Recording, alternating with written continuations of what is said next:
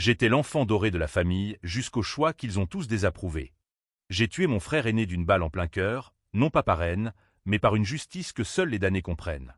Et le plus ironique, c'est lui qui m'avait appris à tirer, dans les sous-bois humides de Normandie, en riant de nos secrets d'enfance. Paris, cette ville aux lumières éternelles et aux ombres voraces, m'avait vu naître en 1985, dans le ventre cossu du 16e arrondissement. Ma famille, les Duval, était de ces lignées bourgeoises qui collectionnent les secrets comme on accumule les monnaies au mur du salon. Mon père, Henri Duval, banquier impitoyable chez BNP Paribas, dirigeait notre empire avec la précision d'un scalpel. Ma mère, Élise, une beauté fanée des salons littéraires, cachait ses amours adultères derrière des tasses de thé d'Argeling. Et puis il y avait Alexandre, mon aîné de 5 ans, le prince héritier, le favori, celui qui portait le poids de nos illusions familiales comme une couronne invisible. J'étais le cadet, Lucien, l'ombre bienveillante, celui qui souriait toujours, qui excellait sans effort à l'école alsacienne avant de plonger dans les méandres du droit à la Sorbonne. On me disait le gentil, le fiable. Mais derrière ce masque, une rage couvait, nourrie par des non-dits qui s'infiltraient comme la Seine sous les ponts. Tout a basculé un soir d'automne 2008, lors d'un dîner familial au Fouquet-S, où les coupes de champagne pétillaient plus que les rires forcés. Alexandre avait annoncé son mariage avec Sophie, une héritière de province aux yeux verts et aux ambitions acérées. C'est elle, la clé de notre avenir, avait-il déclaré, sa main possessive sur la sienne. Père avait hoché la tête, approbateur. Mère avait applaudi, les larmes aux yeux. Moi, j'avais trinqué en silence, sentant le poison de la jalousie se mêler au chablis. Ce que personne ne savait, c'était que Sophie et moi avions partagé bien plus qu'un flirt d'été à Deauville 2 ans plus tôt. Nos nuits volées dans les dunes, ses murmures contre ma peau. Alexandre est un pion, Lucien. Toi, tu es le roi. Mais elle avait choisi le trône stable, pas l'âme tourmentée. Les mois suivants furent un lent empoisonnement. Alexandre, avec sa matoiserie innée, flairait mon malaise sans le nommer. Il me confiait des tâches insignifiantes à la banque. Tiens, gère ce dossier fiscal, frangin, pour me rappeler ma place. Et Sophie, elle m'évitait, ses regards fuyants lors des dîners familiaux me transperçant comme des aiguilles. J'ai commencé à fouiller, poussé par une intuition qui n'appartenait qu'aux Duval. Nous excellons dans l'art de déterrer les cadavres enfouis. C'était un soir pluvieux, dans notre maison de famille à Honfleur, que j'ai découvert le premier fil de la toile. En vidant le grenier pour une vente aux enchères, une de ces lubies de mère pour aérer les souvenirs, j'ai trouvé une boîte en acajou, cadenassée, portant les initiales d'Alexandre. Le cadenas céda sous mon canif, révélant des lettres jaunies, des photos floues et un dossier bancaire jauni. Les lettres étaient de père à une femme inconnue, datées des années 80. Ton fils est mon secret, Élise ne doit jamais savoir. Les photos montraient un enfant aux traits si similaires aux miens, mais avec les yeux d'Alexandre. Et le dossier? Des virements occultes, des comptes offshore, un enfant illégitime prénommé Julien, né en 1982 d'une liaison paternelle avec une secrétaire. Mon monde s'effondra dans un tourbillon de trahisons imbriquées. Alexandre n'était pas le fils aîné légitime. J'étais le véritable héritier, le doré par le sang pur. Mes pères avaient maquillé tout ça, favorisant Alexandre pour protéger son bâtard d'une scandale qui aurait ruiné la banque. Et Alexandre, il savait.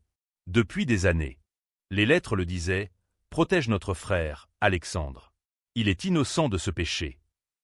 Innocent, j'étais le pion sacrifié, élevé dans l'ombre pour que le mensonge survive. La rage me consuma comme un feu de tourbe, lent et suffocant. J'ai confronté Alexandre seul, dans son bureau surplombant la Seine, un soir de Noël 2010. Tu savais, n'est-ce pas? Pour Julien, pour moi. Il a ri, ce rire de hyène qu'il réservait aux faibles. Et alors, Lucien? Père m'a choisi. Toi, tu es le bouc émissaire parfait. Gère tes dossiers, et ferme-la. Il m'a tendu un chèque, pour tes silences, comme on jette un os à un chien. Ce fut le déclic. La vengeance ne serait pas un éclat de colère, mais un opéra macabre, tissé de fils invisibles, à la française. Subtil, cruel, imprégné de ce fatalisme baudelairien qui fait de nous des marionnettes du destin. J'ai commencé par Sophie. Pas par la violence. Oh non, cela aurait été vulgaire, américain. Non, par le doute. Des lettres anonymes, glissées dans son sac lors de galas à l'Opéra Garnier. Des extraits des lettres de père, suggérant qu'Alexandre cachait un enfant secret. Demande-lui pour Julien. Demande-lui pourquoi il ment sur son sang. Elle a craqué en 3 mois. Nos rendez-vous clandestins reprirent, non plus par passion, mais par désespoir. Il me trompe, Lucien. Pas avec une autre, mais avec des ombres. Je l'ai écouté, feignant la compassion, tandis que je plantais les graines. Alexandre n'est pas celui qu'il prétend. Père l'a acheté, comme un tableau volé. Elle devint mon instrument, rapportant ses moindres confidences. Les deals occultes à la banque, les pots de vin pour des prêts immobiliers à la défense. Mais Alexandre était un serpent, changeant de peau à chaque menace. Quand les premiers soupçons l'atteignirent, un audit interne déclenché par un type anonyme que j'avais orchestré, il riposta avec une férocité inattendue. Il me fit accuser de détournement de fonds mineurs, un cadre falsifié pour que je porte le chapeau. « C'est pour ton bien, frangin », murmura-t-il lors de notre confrontation au commissariat du 8e. « Apprends à te taire. » J'ai passé une nuit en garde à vue, le goût du béton froid sur les lèvres, jurant sur les tombes de nos ancêtres que sa chute serait un chef-d'œuvre. Libéré grâce à l'intervention discrète de Père, qui ignorait encore tout, j'ai plongé plus profond. J'ai engagé un privé, un ancien flic corse nommé Marco, expert en affaires familiales. Il déterra le reste. Alexandre avait non seulement su pour Julien, mais il avait contribué à l'étouffer. En 2005, lors d'un voyage d'affaires à Monaco, il avait payé le silence de la mère de Julien avec un chèque à 6 €, suivi d'une disparition suspecte. Un accident de voiture sur la corniche, officiellement un suicide. « Ton frère est un monstre », me dit Marco, en me tendant une photo granuleuse. Alexandre, jeune, serrant la main d'un homme louche près d'un casino. Le twist me frappa comme un coup de butoir. Julien n'était pas mort. Marco le localisa à Marseille, un clochard aux yeux hantés, vivant des miettes de la rue. J'allais le voir, incognito, dans un bar crasseux du Panier. « Je suis Lucien, ton demi-frère. » Il rit, un son rauque comme le Mistral. « Demi ?» Père m'a jeté comme un Kleenex. Alexandre m'a brisé les jambes en 2006 pour que je ne revienne jamais. Les cicatrices sur ses tibias racontaient l'horreur. Une visite nocturne, un tuyau de plomb, des os broyés. Julien devint mon allié improbable, un fantôme vengeur sorti des bas-fonds. Ensemble, nous tînmes notre conseil de guerre dans une mansarde de Montmartre, buvant du pastis tiède sous les toits de zinc. On le ruine d'abord, puis on le brise, dis-je. Le plan se déploya en 3 actes, digne d'un Racine revisité par Hitchcock. Acte 1, la ruine financière. Grâce au rapport de Sophie, qui, amoureuse de sa propre victimisation, me livrait tout, j'infiltrai les serveurs de la banque via un hacker freelance, un gamin de banlieue sud-expert en dark web. Des transferts fantômes, des millions siphonnés vers des comptes à Cayman, imputés à Alexandre. Quand l'alerte sonna, il fut suspendu, accusé de blanchiment.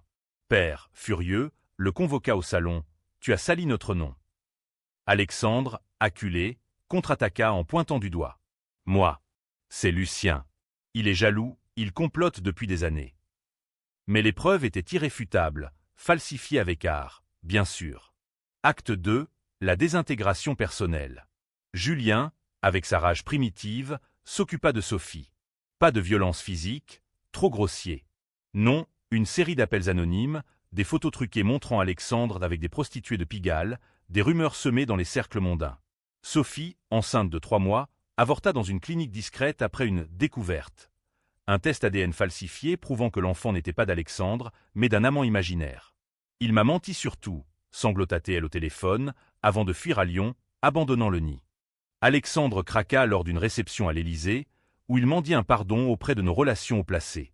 Ivre de cognac, il accusa Père publiquement. « Tu m'as acheté, vieil hypocrite. » Julien sait, et Lucien aussi.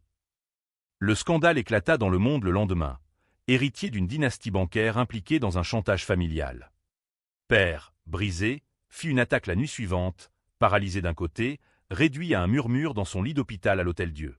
C'est alors que l'acte 3, le plus controversé, se joua. Alexandre, traqué, se réfugia dans notre maison de Honfleur, implorant une trêve fraternelle. « On peut tout arranger, Lucien. Père vivra, Sophie reviendra. » Je l'invitai à chasser, comme au bon vieux temps, dans les bois où il m'avait appris à tirer. La pluie tombait en rideaux, transformant la forêt en un labyrinthe boueux. Nous parlâmes, ou plutôt, il supplia, je feignis l'écoute. Puis, au détour d'un sentier, je sortis le fusil. « Pour Julien », dis-je simplement. La balle le frappa en pleine poitrine, un écho sourd dans la brume. Il s'effondra, gargouillant. « Tu. Espire que moi. » Je restai là, immobile, sentant le poids de l'acte, pas de remords, juste une vide satisfaction. Mais le twist, ce coup de poignard final, vint de Marco, mon allié traître. Il avait tout filmé, caché dans les branches, et vendit la vidéo à la police pour une somme rondelette. Désolé, gamin. Les Duval paient bien, mais la justice paie mieux. Arrêté sur la route du retour, menottes au poignet, je vis le monde se refermer comme un piège à loup. Au procès, à la cour d'assises de Rouen, les débats firent rage. Étais-je le vengeur légitime d'un bâtard oublié, ou un parricide en herbe qui avait ourdi un matricide financier? Sophie témoigna contre moi, jurant que j'avais manipulé son cœur. Julien, convoqué, choisit le silence, disparaissant dans la nuit marseillaise. Père, depuis son fauteuil roulant, murmura à l'audience « C'est moi qui ai commencé cette malédiction ». Le jury se divisa. Certains voyaient en moi un héros tragique, punissant l'hypocrisie bourgeoise. D'autres, un monstre froid, destructeur de sang. La sentence 20 ans, commuée à 15 pour circonstances atténuantes familiales. Dans ma cellule de la santé, sous les toits de Paris, je souris pour la première fois depuis des lustres. La vengeance n'était pas achevée. Julien m'écrivit une lettre. « Frère, la banque est à nous maintenant. Père signe demain. » Le twist ultime. En gisant, Alexandre avait légué tout à moi, par un testament falsifié que j'avais anticipé. Libéré en conditionnel après 10 ans, en 2035, je repris les rênes, un Duval pur sang régnant sur les cendres. Mais était-ce une fin heureuse? Père mourut un mois plus tard, emportant ses secrets. Sophie se suicida à Lyon, un flacon de barbiturique près d'une photo de nous trois. Et moi? Je vis dans l'ombre, hanté par le rire d'Alexandre dans les bois. La revanche française est ainsi, un triomphe empoisonné, où le vainqueur saigne autant que le vaincu. Qui a gagné, au fond? Les juges en débattent encore, autour de leur café crème. Et vous, lecteurs, de quel côté êtes-vous?